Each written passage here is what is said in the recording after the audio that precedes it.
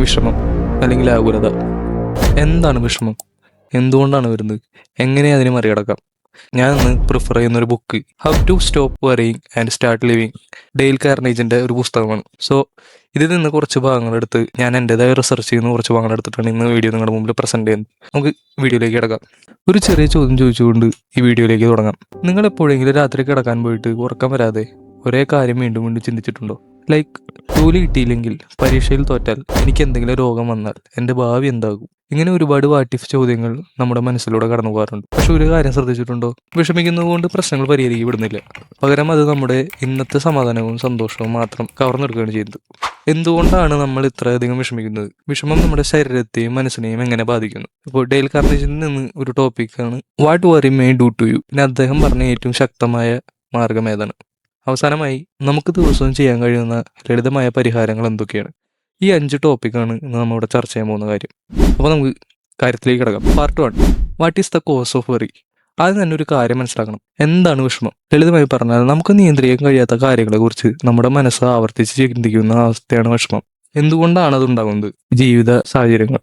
രണ്ടാമത്തെന്ന് പറയുന്നത് psychological factors ആണ്. മൂന്നാമത്തെന്ന് പറയുന്നത് ബയോളജിക്കൽ ഫാക്ടേഴ്സ് ആണ്. അപ്പോൾ ഒന്നാമത്തെ ഭാഗത്തിൽ നമുക്ക് പറയാനുള്ളത് ജീവിത സാഹചര്യങ്ങളും നമുക്ക് പറയാനുള്ളത് അൺസർട്ടനിറ്റിയാണ്. ആദ്യത്തെ കാര്യം അനിശ്ചിതത്വം. വിഷമത്തിന്റെ ഏറ്റവും വലിയ കാരണം അനിശ്ചിതത്വമാണ്. നാളെ എന്ത് സംഭവിക്കുമെന്ന് നമുക്കറിയില്ല. ഇപ്പൊ ലൈക്ക്, ജോലി കിട്ടുമോ, പരീക്ഷ പാസ്സാകുമോ, ബിസിനസ് വിജയിക്കുമോ? ഇത്തരം ചോദ്യങ്ങൾ നമ്മുടെ മനസ്സിൽ വീണ്ടും വീണ്ടും വരുമ്പോൾ വിഷമം ഉണ്ടാവുന്നു. റിലേഷൻഷിപ്പ് ഇഷ്യൂ, കുടുംബത്തിലെ പ്രശ്നങ്ങൾ, സുഹൃത്തുക്കളുമായുള്ള അകൽച്ച, സ്നേഹിക്കുന്ന ആളുമായുള്ള അഭിപ്രായ വ്യത്യാസങ്ങൾ, ഇതെല്ലാം മനസ്സിനെ വലിയ ഭാരം സൃഷ്ടിക്കുന്നു. മൂന്നാമത്താണ് ഹെൽത്ത് കൺസേൺ. നമുക്കോ അല്ലെങ്കിൽ നമ്മൾ സ്നേഹിക്കുന്ന ഒരാൾക്കോ ഒരു രോഗം വന്നാൽ അത് സ്വാഭാവികമായും വിഷമം ഉണ്ടാക്കും. രണ്ടാമത്തെ ഫാക്ടറാണ് സൈക്കോളജിക്കൽ ഫാക്ടേഴ്സ്. അതിലെ ഒന്നാമത്തെ കാര്യം എന്ന് പറയുന്നത് നെഗറ്റീവ് ബയസ് ആണ്.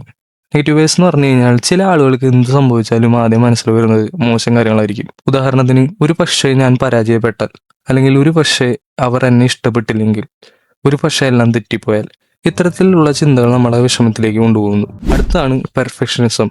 ചിലർക്ക് എല്ലാം പൂർണ്ണമായിരിക്കണം, ഒരു ചെറിയ തെറ്റ് പോലും സഹിക്കാൻ കഴിയില്ല.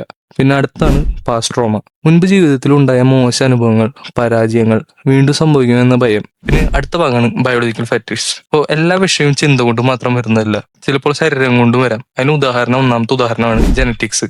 കുടുംബത്തിൽ ആൻസൈറ്റി കൂടുതലുള്ളവരുണ്ടെങ്കിൽ അതിന്റെ സ്വാധീനം അടുത്ത തലമുറയിൽ കാണാൻ സാധിക്കാറുണ്ട്. പിന്നെ പറയുന്നത് ബ്രെയിൻ കെമിസ്ട്രിയാണ്. അതിൽ പറയാനുള്ളതെന്ന് പറഞ്ഞാൽ, രാസവസ്തുക്കൾ തമ്മിലുള്ള ഒരു ഈക്വലിസം, സന്തുലിതാവസ്ഥയെ മറികടക്കുമ്പോഴാണ്. എന്ന് പറഞ്ഞാൽ, ഇവർ തമ്മിലുള്ള ഈക്വലിസത്തിൽ വ്യത്യാസം വരുമ്പോൾ ആശങ്ക അനുഭവപ്പെടുന്നതാണ് പറയുന്നത്. അപ്പോൾ ഇതുവരെ നമ്മൾ മനസ്സിലാക്കിയത് വിഷമം ഒരു കാരണത്താൽ മാത്രം ഉണ്ടാകുന്നില്ല.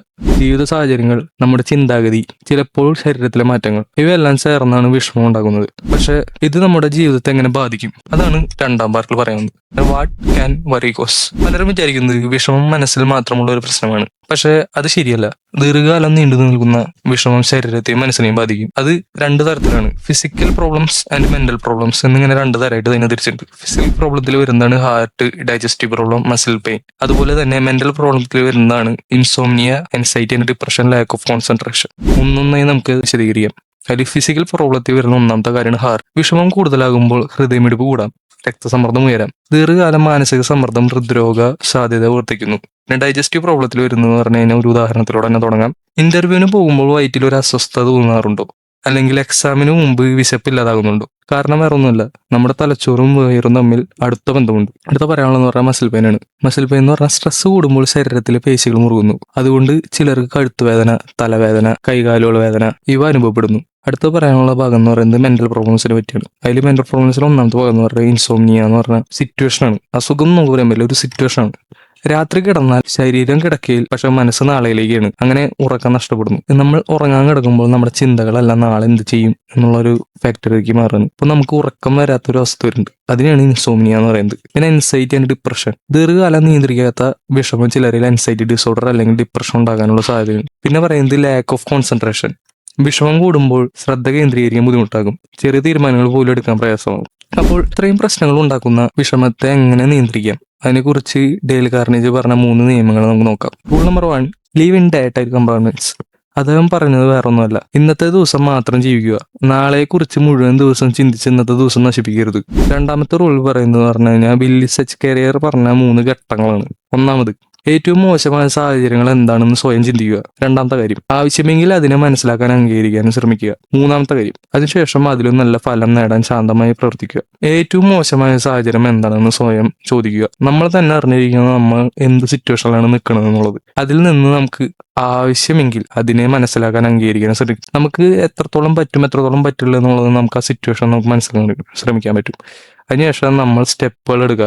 എങ്ങനെ അതിനെ ശാന്തമായി പ്രവർത്തിക്കുക എന്നുള്ളത് സ്റ്റെപ്പുകൾ എടുത്ത് മുന്നേറാൻ നമുക്ക് നോക്കാൻ പറ്റുള്ളൂ. Rule number 3, doctor Alexis Carrel പറഞ്ഞ കാര്യം. Businessman who do not know how to fight worry die young. Businessman വറിയായിട്ട് യുദ്ധം ചെയ്യാൻ പറ്റാത്ത ഒരാളാണെങ്കിൽ ചെറുപ്പത്തിലെ മരിക്കുമെന്നാണ് പറയുന്നത്. അതിനർത്ഥം എന്ന് പറഞ്ഞാൽ ദീർഘകാല മാനസിക സമ്മർദ്ദം നമ്മളെ ചെറുപ്പത്തിലെ തന്നെ രോഗിയാക്കി മാറ്റുന്നതാണ് പറയുന്നത്. അല്ലെങ്കിൽ രോഗിയല്ല, മരണത്തിലേക്ക് നയിക്കുന്നതാണ് പറയുന്നത്. Part 4, Dale Carnegie's powerful solution. Dale കാർണീസിന്റെ പുസ്തകത്തിൽ പറയുന്നത്, വില്യം സ്റ്റീസ് പറഞ്ഞത്, മനസ്സിന് ഏറ്റവും വലിയ ആശ്വാസങ്ങളിൽ ഒന്ന് പ്രാർത്ഥനയാണെന്നാണ്. The sovereign cure for worry is religious faith. പരീക്ഷ വരുമ്പോൾ നമ്മൾ അമ്പലത്തിൽ പോകുക അല്ലെങ്കിൽ പള്ളിയിലേക്ക് പോവുക. ഇന്റർവ്യൂ പോകുമ്പോൾ നമ്മൾ ഇതുപോലെ പള്ളിയിലേക്ക് അമ്പലത്തിലേക്ക് പോവുക. ഹോസ്പിറ്റലിലേക്ക് പോകുമ്പോൾ അതുപോലെ തന്നെ പള്ളിയിലേക്ക് അമ്പലത്തിലേക്ക് പോവുക. പലരും പ്രാർത്ഥിക്കുന്നത് എന്തുകൊണ്ടാണ്? കാരണം പ്രാർത്ഥന നമ്മുടെ മനസ്സിലെ ഭാരം കുറയ്ക്കാൻ സഹായിക്കുന്നു. നമ്മൾ ഒറ്റയ്ക്കല്ല എന്ന തോന്നൽ നൽകുന്നു. പക്ഷെ ഒരു കാര്യം വ്യക്തമായി പറയാം, പ്രാർത്ഥന മാത്രം പ്രശ്നങ്ങൾ പരിഹരിക്കില്ല. പക്ഷെ പ്രശ്നങ്ങളെ നേരിടാനുള്ള ധൈര്യവും മനസ്സിന്റെ ശക്തിയും നൽകാൻ അത് സഹായിക്കും. അടുത്ത ഭാഗം എന്ന് പറയുക പാർട്ട് 5, പ്രാക്ടിക്കൽ സൊല്യൂഷൻ. പ്രാക്ടിക്കൽ സൊല്യൂഷനെ പറ്റി പറയുകയാണെങ്കിൽ എനിക്ക് ഇത്ര ഇമ്പോർട്ടൻസ് കൊടുക്കാൻ താല്പര്യമില്ലാത്ത ഒരു കാര്യമാണ് പ്രാക്ടിക്കൽ സൊല്യൂഷൻ. കാരണം നമ്മൾ ഈ മാനസിക പ്രശ്നങ്ങൾ വരുമ്പോൾ നമ്മൾ ഏറ്റവും കൂടുതൽ മനസ്സിലാക്കാൻ വേണ്ടത് വിഷമം കുറയ്ക്കാൻ നമുക്ക് എന്ത് ചെയ്യാം. അതിൽ ഒന്നാമത്തെ കാര്യമാണ് ലീവ് ഇൻ ദ പ്രസന്റ്. ഭാവിയിലും ഭൂതകാലത്തിലും ജീവിക്കാതെ എപ്പോഴുമുള്ള നിമിഷത്തിൽ ജീവിക്കാൻ ശ്രമിക്കുക. അമിതമായ ചിന്തകൾ വരുമ്പോൾ കണ്ണുകൾ അടയ്ക്കുക, 5 തവണ ആഴത്തിൽ ശ്വാസം എടുക്കുക, പതുക്കെ പുറത്തുവിടുക. ഇത് മനസ്സിനെ ശാന്തമാക്കാൻ സഹായിക്കും. രണ്ടാമത്തെ ഭാഗമാണ് ബ്രെയിൻ ഡംപ്. മനസ്സിലുള്ള എല്ലാ ചിന്തകളും ഒരു പേപ്പറിൽ എഴുതുക. ശേഷം 2 ചോദ്യങ്ങൾ ചോദിക്കുക. ഇതിൽ എനിക്ക് നിയന്ത്രിക്കാൻ കഴിയുന്നത് എന്താണ്? ഇതിൽ എനിക്ക് നിയന്ത്രിക്കാൻ കഴിയാത്തത് എന്താണ്? ആദ്യ ഭാഗത്തിൽ മാത്രം കോൺസെൻട്രേറ്റ് ചെയ്യുക. മൂന്നാമത്തത് വറി ടൈം. ദിവസം മുഴുവൻ വിഷമിക്കരുത്. പകരം വൈകുന്നേരം 15 മിനിറ്റ് മാത്രം അതിനെ മാറ്റിവെക്കുക. അതിന് പുറത്തുള്ള സമയത്ത് ജീവിക്കാൻ ശ്രമിക്കുക. നാലാമത്തെ കാര്യം, ഡു വാട്ട് യു ലൈക്ക്. ഇഷ്ടമുള്ള കാര്യങ്ങൾ ചെയ്യുക. സുഹൃത്തുക്കളോട് സംസാരിക്കുക. കുടുംബത്തോടൊപ്പം സമയം ചെലവഴിക്കുക. നടക്കുക. സംഗീതം കേൾക്കുക. ജീവിതം ആസ്വദിക്കാൻ ചെറിയ കാര്യങ്ങൾ പോലും മതിയാകും. ഈ വീഡിയോ അവസാനിപ്പിക്കുന്നതിന് മുമ്പ് ഒരു കാര്യം മാത്രം ഓർക്കുക, വിഷമം ഭാവിയെ മാറ്റില്ല, പക്ഷെ ഇന്നത്തെ സമാധാനം നഷ്ടപ്പെടുത്തും. ചിന്തകളെ പൂർണ്ണമായും നിർത്താൻ ആർക്കും സാധിക്കില്ല, പക്ഷെ ഓരോ ചിന്തയുടെയും പിന്നാലെ പോകാതെ ജീവിക്കാൻ നമുക്ക് പഠിക്കാം. അത് തന്നെയാണ് യഥാർത്ഥ മാനസിക ശക്തി. നമ്മൾക്ക് ആ കൂടി കുറച്ച് നാളെ ജീവിക്കാൻ പറ്റുമെന്നാണ് എല്ലാവരും പറയും. കുറച്ച് നാളെ ജീവിക്കും നമുക്ക് ഉറപ്പും കൂടില്ല. ആ കാലയളവിൽ നമുക്ക് സന്തോഷമായിട്ട് ജീവിക്കാൻ ശ്രമിക്കുക. Be happy, be safe. കണ്ടതിന് നന്ദി. അടുത്ത വീഡിയോയിൽ വീണ്ടും കാണാം.